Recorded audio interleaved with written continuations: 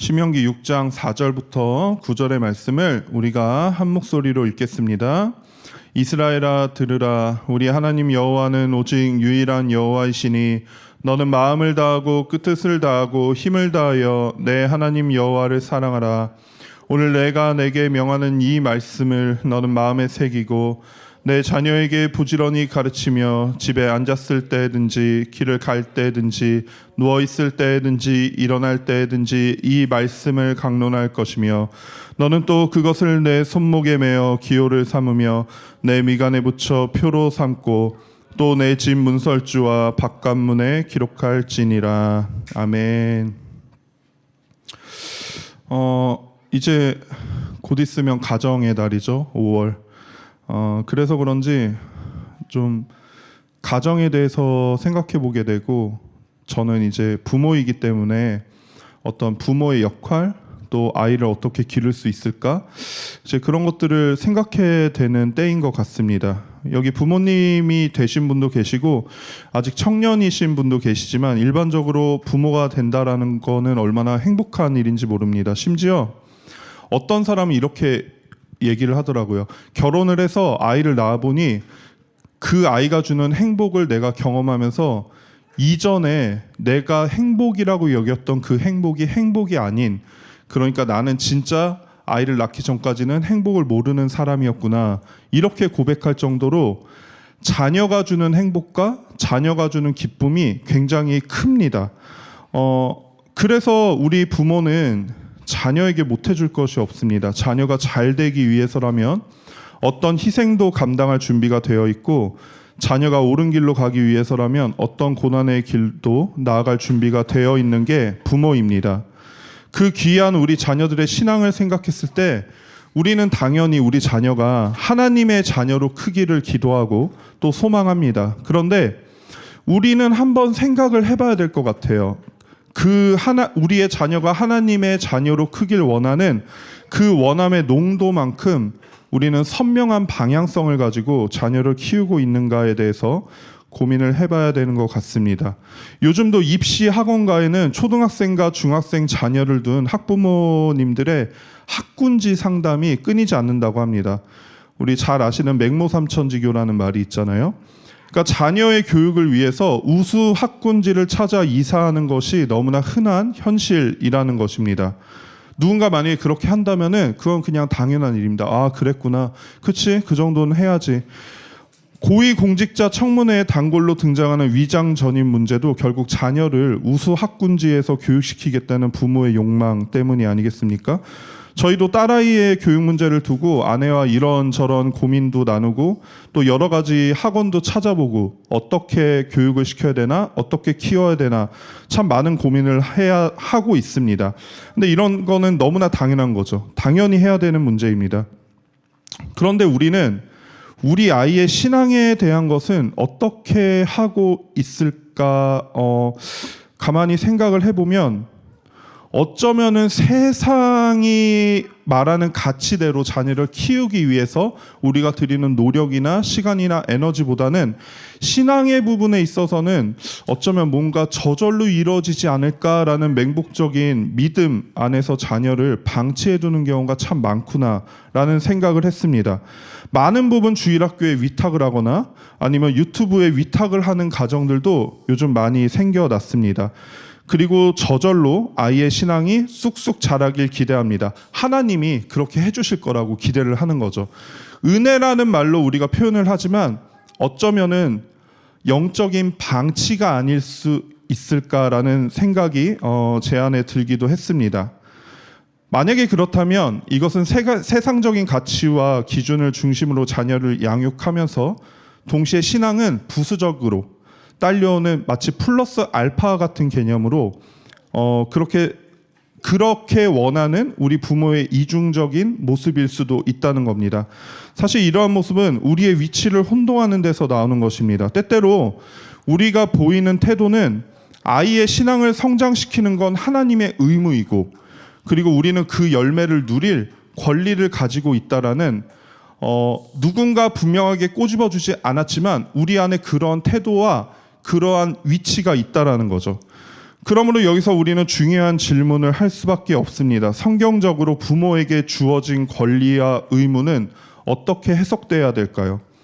그 안에서 우리의 위치와 입장은 어떠해야 할까요? 더 나아가서 아직 결혼을 안 했고 자녀가 없는 성도님들도, 혹은 이미 결혼을 해서 자녀가 있는 성도님들도 세상 가운데 크던 작던 권위를 갖게 되고, 그리고 다른 사람들한테 영향을 줄 수밖에 없는 위치에 서게 되는데, 그 권위를 하나님께서 우리에게 뭐라고 말씀하고 계시며 부모로서, 권위자로서 준비할 수 있는 지혜로 주시는 말씀인지 오늘 우리가 한번 살펴보길 원합니다. 오늘 본문의 시작은 그 유명한 쉐마 이스라엘로 시작합니다. 이스라엘아 들으라. 그 유명한 유대교육법의 핵심이 바로 쉐마입니다. 들으라. 그들의 자녀들에게 하나님의 말씀을 계속해서 들려주는 거죠. 그게 유대 교육법이잖아요. 아침에 일어나면 들려주고 막 성경을 암송하게 하고, 그래서 그들의 정체성을 잃어버리지 않도록, 그래서 그들이 어떠한 존재인지를 계속해서 각인시켜주는 것, 그게 유대인들의 그 유명한 교육법입니다. 그런데 본문에 이스라엘아 들어라 라고 했을 때 하나님께서 들으라 하는 대상이요, 이스라엘의 다음 세대들한테 들으라고 말씀하시는 게 아니라 이스라엘아 들으라 라고 먼저 말씀을 하신다는 거죠. 그러니까 이스라엘의 자녀들에게 들으라고 말씀하고 계신 것이 아니라, 우리는 자꾸 자녀들한테 들어라 네가 이렇게 해야 된다, 저렇게 해야 된다, 뭘 가르쳐야 되나, 어떤 방법론이 있나 막 공부하고 자꾸 고민하지만, 하나님은 그런 우리에게 너희가 먼저 들어야 된다 이렇게 말씀을 하시는 거예요. 단호하게. 자녀들에게 가르치기 이전에 가장 중요하고 결코 건너뛸 수 없는 것이 바로 이것입니다. 우리가 먼저 알아야 된다는 겁니다. 무엇을 알아야 할까요? 그 뒤에 나옵니다. 우리 여호와는 오직 유일한 여호와이시니 너는 마음을 다하고 뜻을 다하고 힘을 다하여 내 하나님 여호와를 사랑하라. 이걸 우리가 먼저 알아야 된다는 거죠. 자녀가 하나님을 사랑하는 법을 배우기 전에 먼저 부모가 하나님을 사랑해야 합니다. 자녀들은 가르치는 대로 살지 않습니다. 보여주는 대로 살아갑니다. 자녀가 하나님을 사랑하고 예수님을 사랑하길 원한다면 우리가 먼저 그분을 사랑하고 그분을 위한 삶을 살아야 합니다. 만약 어떤 부모가 자녀에게 하나님을 사랑해야 돼, 예수님을 사랑해야 돼, 그 뜻대로 살아가야 돼, 그 은혜대로 살아가야 돼 라고 말하면서 정작 자신은 기도와 말씀 생활을 하지 않고 매일 무엇을 먹을까, 무엇을 마실까, 무엇을 입을까 고민만 한다면 자녀는 그 부모의 모습에서 모순을 느끼게 됩니다. 이 모순의 역할은요, 뭐죠? 전달돼야 될 가치를 약화시키거나 심지어 없애버릴 수도 있는 기능을 하게 되죠. 왜냐하면 모순은 대상과의 신뢰를 깨트리고요, 메시지를 혼란시키고 그 대상이 나의 모범이 되는 것을 불가능하게 만드는 역할을 하기 때문입니다. 우리 더복이 삶에서 예배하는 가치를 가지고 우리가 살아가고 있잖아요. 힘든 일상 속에서 어떻게든 하나님을 예배해야 된다고 계속해서 고백하면서 여기까지 왔습니다. 가장 먼저는 하나님께 예배하는 삶이 가장 중요한 우리의 삶의 가치이고, 그리고 참 생명이기 때문이죠. 그러니까 우리 더복 성도님들 모두 그렇게 힘든 삶을 사시면서도, 매일 바쁘고 피곤한 삶을 사시면서도 매일 기도와 말씀 앞에 나아가려고 계속 몸부림치시잖아요. 그런데 이만큼 좋은 자녀를 향한 신앙교육이 없다라고 오늘 말씀을 하시는 거죠. 우리가 지금 이제 우리 교회에서 아이들과 함께 본 예배를 드리고 있잖아요. 같이 이렇게 돌아다니기도 하고 이렇게 떠드는 어떤 소리들을 들으면서 우리가 한 공간에서 예배를 드리고 있잖아요. 그 이유가 뭐죠? 아이들을 둘 마땅한 장소가 없어서 그럴까요? 그럼 지금이야 부족해서 그렇게 하지만 나중에 우리가 부흥해서 공간이 커지면, 그러면 아이들은 뭐 놀이방이나 잠옷실을 탁월하게 만들어가지고 거기서 막 아이들 떠들고 놀게 하고 그렇게 하면 되는 겁니까? 물론 그런 모습도 저는 너무나 좋다라고 생각을 합니다. 하지만 우리가 아이들과 함께 같은 공간에서 예배를 드리자라고 결정했던 가장 첫째 되는 이유가 뭐죠? 우리 부모님들이 예배를 드리기 위해서잖아요. 그러니까 너무나 단순한 이유였어요. 이 예배를 드리는 이 순간에 엄마든 아빠든 어느 누구 하나 소외되지 않아야 된다. 같이 예배를 드려야 된다. 그래서 발생하는 여러 가지 잡음으로 인해서 조금은 불편하고 조금은 집중력이 흐트러질 수 있더라도 그래도 우리가 같은 공간에서 같이 예배를 드리자, 이렇게 결정을 한 거잖아요. 그 예배를 드리는 가운데 우리가 얼마나 치열한 싸움이 있습니까? 앞에서 설교하는 목사님들은 아이들이 정신없게 막 할 때도 집중력을 놓치지 않기 위해서 엄청 발버둥을 치죠. 그러다가 놓치는 경우도 있습니다. 종종 있습니다. 그러면은 아이들을 돌보시는 부모님들은요, 그 정신없는 상황 가운데서도 어떻게든 하나님의 말씀에 집중하고 예배에 집중하려고 노력하시는 그 치열한 싸움이 있잖아요. 계속 몸부림을 치는 거죠. 그 정신없는 상황 가운데 때로는 성도님들도 아이들의 시끄러운 소리들, 우는 소리들, 막 이런 것들이 넘어지고 깨지는 소리들 가운데서도 어떻게든 예배를 드리려고 집중을 하잖아요. 물론 그 가운데 지혜는 있을 수 있습니다. 그러니까 교회에 올 때 아이들 장난감은 비교적 소리가 덜 나는 그런 말랑말랑한 장난감으로 가져오거나, 예배 시간에 아이를 돌보지만 아이와 막 적극적으로 놀아주지는 않는다라는 그런 기준을 세운다거나, 조금 말이 통하는 자녀에게는 예배 시간에 어떻게 해야 돼 미리 교육을 시키거나 그런 것들을 약속하는 거죠. 하지만 우리가 아무리 준비를 해도 잘 안 되고 항상 우리의 집중을 흐트릴 만한 일들이 생깁니다. 그런데 그럼에도 불구하고 계속해서 하는 또 한 가지 중요한 이유는 뭐죠? 우리 아이들이 예배를 배우잖아요. 우리 아이들이 엄마 아빠가 예배를 어떻게 드리는지, 우리 교회 이모와 삼촌들이 예배를 어떻게 드리는지 보고 배우잖아요. 때로는 정신없는 그 상황 가운데서 어떻게든 하나님을 향한 예배를 놓치지 않기 위해서 발버둥 치는 그 모습을 보고 예배가 이런 거구나, 이런 걸 배우잖아요. 그게 뭔지는 정확히 모르겠지만 교회 어른들이 하나님의 말씀에 집중하는 그 모습을 보고 이 예배의 가치를 비록 어리지만 스스로 논하는 것 아니겠습니까? 그러니까 우리는 예배 때 우리의 시선이 어디를 향하고 있는지 계속해서 집중해야 됩니다. 왜냐하면 아이는 우리의 시선을 바라보고 있거든요. 우리 엄마 아빠가, 우리 이모 삼촌이 예배 때 어디를 향하여 그분들의 시선이 향해 있는지 너무나 잘 알기 때문입니다. 당연히 예배 때 우리의 시선은 주님을 향해 있어야 합니다. 그럼 반대로 예배에 방해가 되는 요소가 없으면 예배를 잘 드릴 수 있나요? 제가 전에 청주에서 다니던 교회는 예배에 방해되는 요소가 단 하나도 없는 굉장히 엄숙하고 경건한 교회였습니다. 아이들이 떠드는 소리가 일절 나지 않아요. 그래서 어땠냐면요, 성도님들이 진짜 많이 주무셨어요. 물론 그렇지 않은 교회들도 많지만 제가 다녔던 교회는 너무나 푹 주무셔가지고 드르렁하는 소리가 너무 크게 들릴 정도로 그렇게 너무 잘 주무시더라고요. 고요하니까 잠이 오는 거죠. 그러니까 예배에 집중하지 않으려면 핑계는 너무나 많습니다. 시끄러우면 시끄러워서 예배에 집중 못하고요, 조용하면 조용해서 예배에 집중을 못하는 거예요. 그런데 이 모습이요, 이 한정된 공간에서 한정된 시간 동안 이뤄지는 우리 예배를 향한 이 치열한 모습이요, 우리 신앙생활과 너무 닮지 않았습니까? 우리의 삶이 어떻습니까? 고난이 있으면 고난 때문에 예배하지 못할 때가 있죠. 평안하면 주님 생각 안 나가지고 예배하지 못할 때가 있죠. 피곤하고 졸리면 피곤하고 졸리니까 기도하지 못하고요, 시간이 널널하면은 기도할 생각이 안 나서 기도하지 못하고. 그러니까 우리의 예배는요, 환경의 도움은 받되 근본적으로 예배의 핵심은 내가 어떤 마음과 태도로 하나님 앞에 서 있느냐의 문제라는 겁니다. 그리고 오늘 우리 주님은 자녀를 잘 길러내는 것 또한 방법의 문제이기 이전에 양육자의 태도의 문제다, 이렇게 말씀하시는 거예요. 그러니까 자녀에게 가르치기 이전에 우리의 태도에 대해 뭐라고 말씀하십니까? 6절에 오늘 내가 너에게 명하는 이 말씀을 너는 마음에 새기고, 이렇게 말씀을 하시잖아요. 여기서 마음에 새긴다라고 했을 때 마음은요, 히브리어로 레바브입니다. 앞서 5절에서 마음을 다하고 해서 나온 마음과 같은 의미죠. 이 레바브는요, 사람의 가장 중심이 되는 곳이라는 뜻을 가지고 있습니다. 그러니까 즉 사람의 의지와 생각과 감정과 인격을 의미하고 있는 거예요. 또한 새기다의 히브리어 샤나는요, 날카롭게 반복적으로 새기다라는 뜻을 가지고 있습니다. 그러니까 너희 마음에 새기라라는 말씀은요, 너의 모든 중심, 즉 너의 의지와 생각과 감정과 인격과 감정을 비롯한 너의 존재의 가장 중요한 곳에 반복적으로 날카롭게 새겨라라는 말씀입니다. 그러므로 언제나 하나님의 말씀이 반영되어 있는 마음과 삶의 모습으로 주님의 향기를 풍겨내는 사람이 되라는 말씀인 거죠.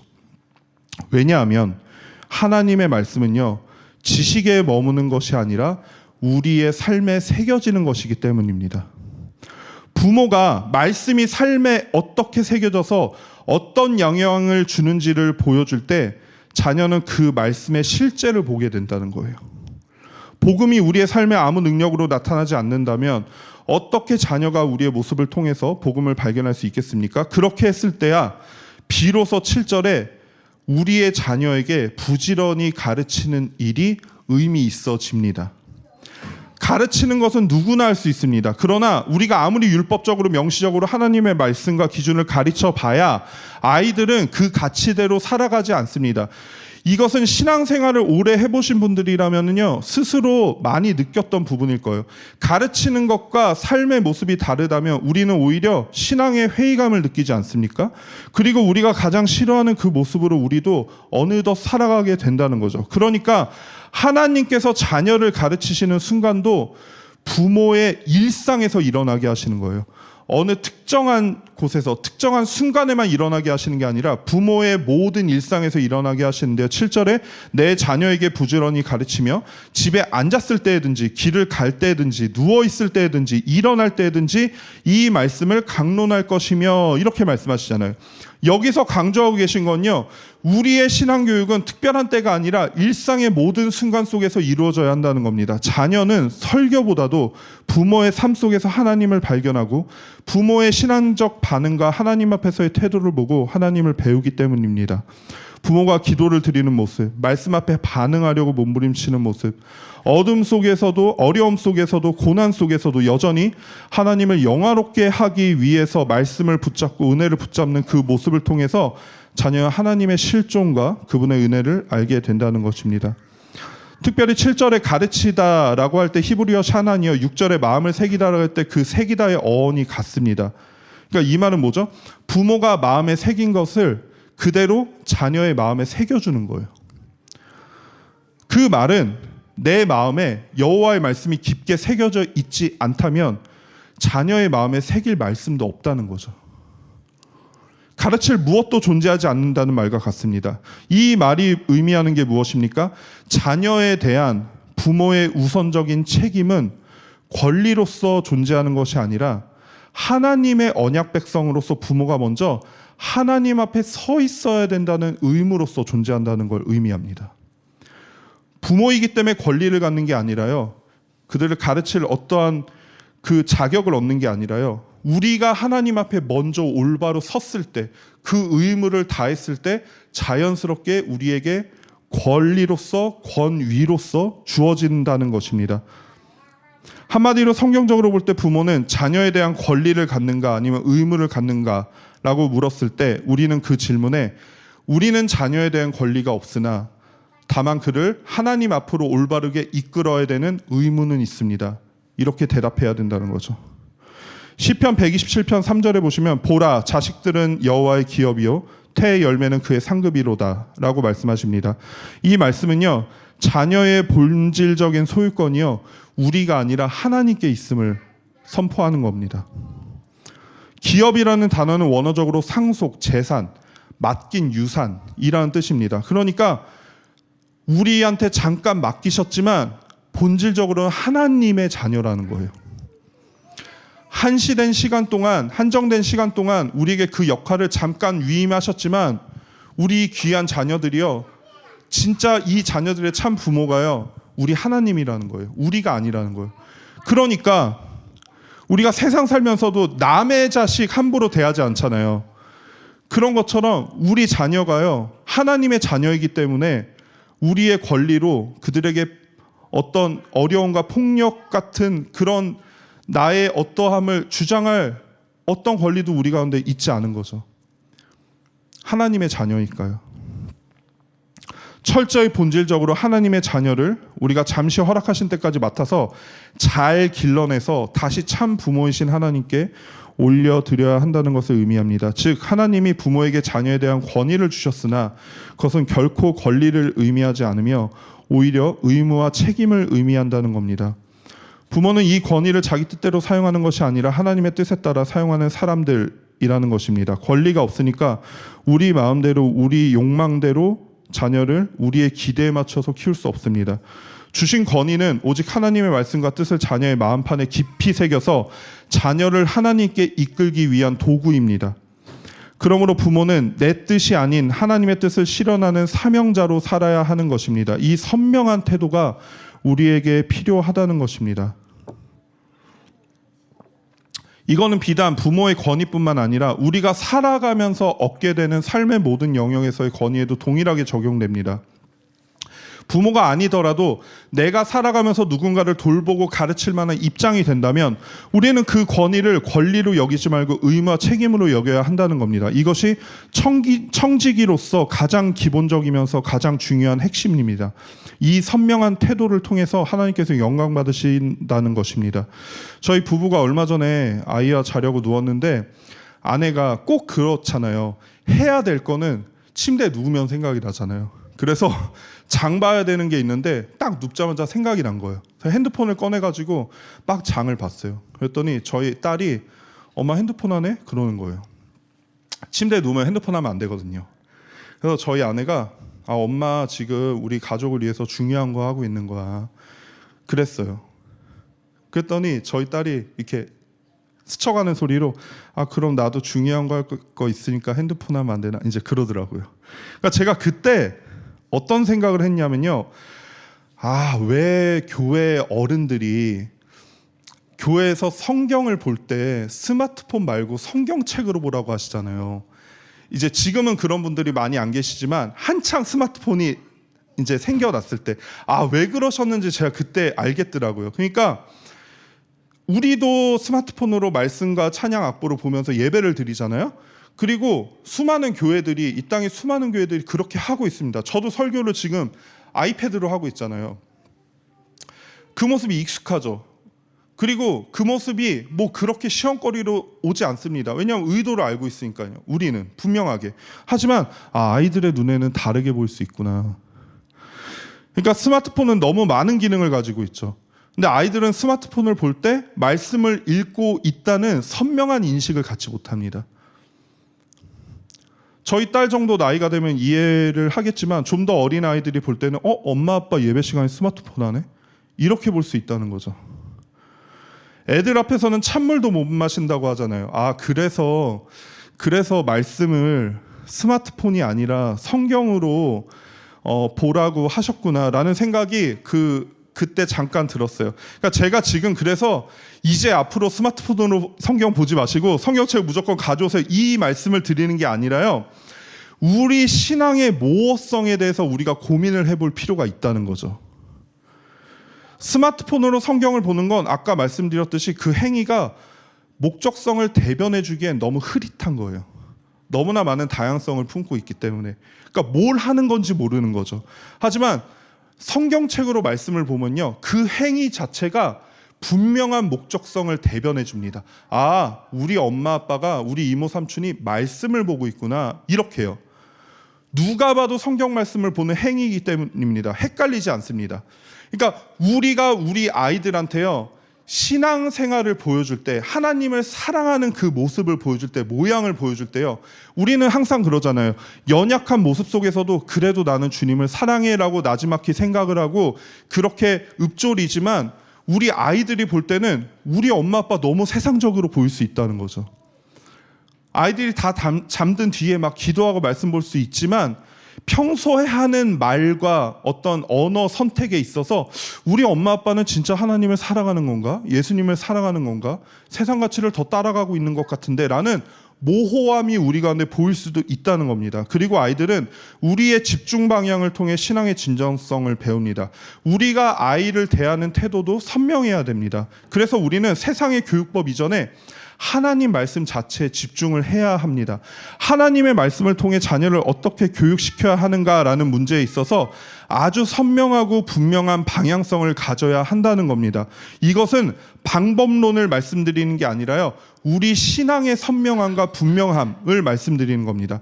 우리가 한 주의 말씀을 들었잖아요. 설교를 들었잖아요. 그러면 어떻게 해야죠? 그 말씀대로 살아내 보려고 엄청 몸부림을 쳐야 되는 거예요. 이 말씀이 우리 교회에 주신 말씀이고, 우리 교회를 통하여 우리 가정에 주신 말씀이고 나에게 주신 말씀이다라는 분명한 목적성이 있으면요, 어떻게든 한 주를 그걸 가지고 살아보는 거죠. 그래서 다시 모였을 때 내가 그 가운데 승리하기도 하고 내가 그 가운데 넘어지기도 하고, 그럼에도 불구하고 계속해서 하나님의 뜻대로 살아보려는 그 몸부림이 우리 가운데 있어야 된다는 겁니다. 이 말씀을 통해 일하실 주님의 섭리를 기대하고 바라는 소망이 우리 가운데 선명해야 됩니다. 그러니까 오늘 말씀에서 집에 앉았을 때나 아니면 길을 갈 때나 누워 있을 때나 일어나 있을 때나 언제든지 뭐래요? 주의 말씀을 선명하게 기억해야 된다, 이렇게 말씀하시잖아요. 신약에 가면 이게 먹든지 마시든지 무엇을 하든지 하나님의 영광을 위해서 해야 되고, 무엇을 하든지 말에나 일에나 다 주 예수 그리스도의 이름으로 하라라고 말씀을 하시잖아요. 그래서 8절에서 9절이 이걸 말씀하고 계신 겁니다. 여호와의 말씀을 손목에 메고 미간에 붙이고, 그래서 어느 누가 우리를 봐도 여호와의 말씀이 보이게 하라는 거죠. 우리의 가정의 문설주와 바깥문, 대문에도 하나님의 말씀을 붙여서, 그건 뭐예요? 어느 누가 우리 가정을 봐도요, 하나님의 말씀이, 하나님의 뜻이, 예수 그리스도의 사랑이 분명하고 선명하게 보이게 하라는 말씀입니다. 이것은 외식하는 것과는 전혀 다른 겁니다. 현상은 그럴듯하게 보이나 실상은 그렇지 않은 게 외식이잖아요. 그런데 오늘 우리 주님은요, 실상이 그러해서 현상도 동일하게 그러한 진짜 신앙을 말씀하시는 겁니다. 물론 결코 쉽지 않습니다. 어떻게 매일매일 매 순간순간 하나님의 뜻대로 살아갈 수 있겠어요. 그러나 우리가 진짜 하나님의 말씀을 생명으로 여긴다면, 그러면 그 생명을 유지하기 위해서 숨을 쉬어야 하는 거죠. 숨 쉬는 게 어렵다고 호흡하기를 포기해서는 안 된다는 겁니다. 어떻게든 혼자 숨 쉬는 게 힘들다면 호흡기를 갖다 대서라도 우리는 숨을 쉬어야 하는 겁니다. 안 쉬어버리면 죽기 때문에 그렇습니다. 그러니까 우리가 살아내기 힘든 상황에 힘들어할 여유가 없습니다. 믿게 하신 이가 주님이시라면, 또 그렇게 살 능력을 이미 주셨다 하신 분도 주님이시라면, 심지어는 그 여부로 우리의 생명을 판가름하시는 게 아니라, 우리를 심판하시는 게 아니라, 그 생명을 이미 소유하게 하셨고 그 생명대로 살아갈 그 길을 여신 이가 우리 주님 예수 그리스도시라면, 우리 안에 내려져야 되는 결론은요, 염려와 걱정과 부담이 아니라 우리에게 그렇게 살도록 하실 이도 주님이시구나, 그리고 우리의 몸부림이 의미 있게 하시는 이도 주님이시라는 결론이 내려져야 합니다. 그러니까 될지 안 될지 걱정할 필요는 없습니다. 그저 예수 그리스도를 향하여 나아가면 되는 겁니다. 그러면 우리 자녀들은 하나님의 말씀을 저절로 발견하게 됩니다. 어디서요? 가정에서, 우리 부모님의 삶의 모든 순간에서요. 그렇게 발견하게 되는 것이 우리 주께서 우리에게 허락하신 축복이자 가장 완벽한 가정교육법이라는 거죠. 부모의 책임은 단순히 자녀를 먹이고 입히는 것에 그치지 않습니다. 부모는 자녀에게 세상적인 풍요로움만을 물려주는 것이 아니라 하나님의 말씀과 진리, 사랑을 전하고 올바른 길로 이끄는 역할을 맡고 있습니다. 이 책임은 굉장히 무겁고 때로는 힘듭니다. 하지만 하나님께서 부모에게 부여하신 가장 중요한 사명이기 때문에 우리는 그 길을 가야 합니다. 자녀가 올바른 길을 가도록 돕고 그들을 하나님의 자녀로 성장시켜야 하는 것입니다. 동시에 부모이던 아직 부모가 아니던 모든 성도님들은 마찬가지입니다. 우리는 우리의 삶 속에서 누군가의 믿음의 어른이 되어줄 준비가 되어 있어야 합니다. 가정을 돌보는 부모로서 뿐만 아니라 일터에서, 학교에서, 우리의 삶의 모든 영역에서 만나게 되는 하나님이 붙여주신 영혼들에게 때로는 우리가 가르치는 자, 돌보는 자로서 그 역할을 감당할 때 그럴 때 우리가 무엇을 줄 수 있을까요? 똑같습니다. 자녀를 양육하는 방법과 똑같은 거예요. 예수 그리스도를 정말 우리가 사랑하면 되는 거예요. 우리가 어떤 방법론을 가지고 그들에게 어떠한 그럴싸한 모습을 보여주는 게 아니라요, 먼저 예수 그리스도가 우리를 얼마나 사랑하는지 우리가 분명하게 알고 있잖아요. 그러면 그 사랑을 알아가며 농도가 짙으면 짙어질수록 우리 안에 그분을 향한 사랑이 더욱더 커집니다. 그 사랑이 마음에 새겨져야 합니다. 그래야 다른 이의 마음에도 새길 무언가가 우리 가운데 그 예수 그리스도의 사랑을 전해줄 수 있기 때문입니다. 이미 그 사랑을 마음에 새긴 자는 그의 손목과 미간에 그 사랑이 드러나게 됩니다. 그리고 문설주와 대문에도 그 사랑이 명백히 선명하게 드러나게 됩니다. 이게 그리스도의 향기고 그리스도의 편지겠죠. 이것은 자격의 문제가 아닙니다. 이미 믿게 하신 그 은혜 안에서 비로소 우리의 모든 행위가 의미 있게 하신 하나님의 선물입니다. 이전에는 이 은혜 밖에서 우리가 아무리 발버둥 쳐도 아무리 어떤 행위를 해도 아무 의미도 없었어요. 그런데 우리 주님께서, 예수 그리스도께서 우리를 사랑하시고 우리를 만나주심으로 인해, 그분을 믿게 하심으로 인해 비로소 우리의 모든 행위가 의미 있게 하셨습니다. 그러니까 두려워할 필요가 없습니다. 자녀를 양육하던 하지 않던, 다른 누군가에게 복음을 전하던 전하지 않던, 누군가의 영적 스승으로서 역할을 하던 하지 않던 우리가 해야 하는 것은 똑같습니다. 하나님의 말씀을 듣고 그 말씀대로 행하며 그분을 사랑하는 것, 그것입니다. 벌써 다음 주면 가정달입니다. 자녀는 자녀됨을, 부모는 부모됨을 기억하며 가정을 통해 주신 사랑과 감사를 기억하는 달입니다. 그런데 가정의 비극은 반대가 되었을 때 생깁니다. 자녀가 자녀됨을 생각하고 부모가 부모됨을 생각해야 되는데, 자녀가 부모됨을 생각하고 부모는 자녀됨을 생각했을 때 가정의 비극이 시작됩니다. 자꾸 부모가 자녀에게 부모에게 순종하라는 말씀을 들이댑니다. 그러면 자녀는 어떻게 하죠? 부모에게 자녀를 노엽게 하지 말라는 말씀을 들이댑니다. 서로 공격하는 거죠. 분명히 기억해야 하는 것은, 부모에게 순종하라는 말씀은 주님이 자녀에게 주신 말씀입니다. 부모는 이 말씀을 보고 자기의 자녀를 떠올려서는 안 됩니다.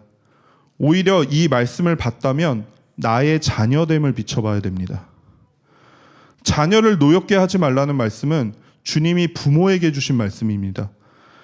자녀가 이 말씀을 봤을 때 자신의 부모를 떠올리면서 이 말씀을 대입시킬 게 아니라 나의 부모됨을 묵상해야 합니다. 하나님이 주신 은혜가 이 속에 있습니다. 주신 말씀은 나에게 적용해야 됩니다. 이 원리대로 살아가야 오해가 없고 분쟁이 없습니다. 특별히 우리 더복에게 하나님의 말씀은 나의 자녀에게 혹은 누군가에게 가르치기 위한 말씀이 아니라 내가 반드시 살아내기 위한 은혜의 말씀이길 소망합니다. 내가 내 몸을 쳐 복종하게 함은 내가 남에게 전파한 후에 자신이 도리어 버림을 당할까 두려워하노라 라고 고백을 했던 사도 바울처럼, 그분의 말씀이 먼저 내 안에서 살아 움직여 그 말씀대로 살아감이 우리의 가장 큰 가치가 되길 소망합니다. 더불어 주님이 주신 은혜라는 권위를 나의 권리로 여기지 않고 여전히 살아내야 할 의무와 책임을 보장하는 든든한 예수 그리스도의 사랑으로 여겨 우리 삶의 모든 영역에서 그 사랑을 누리는 우리 더복이 되길 주님의 이름으로 소망합니다. 잠시 기도하겠습니다.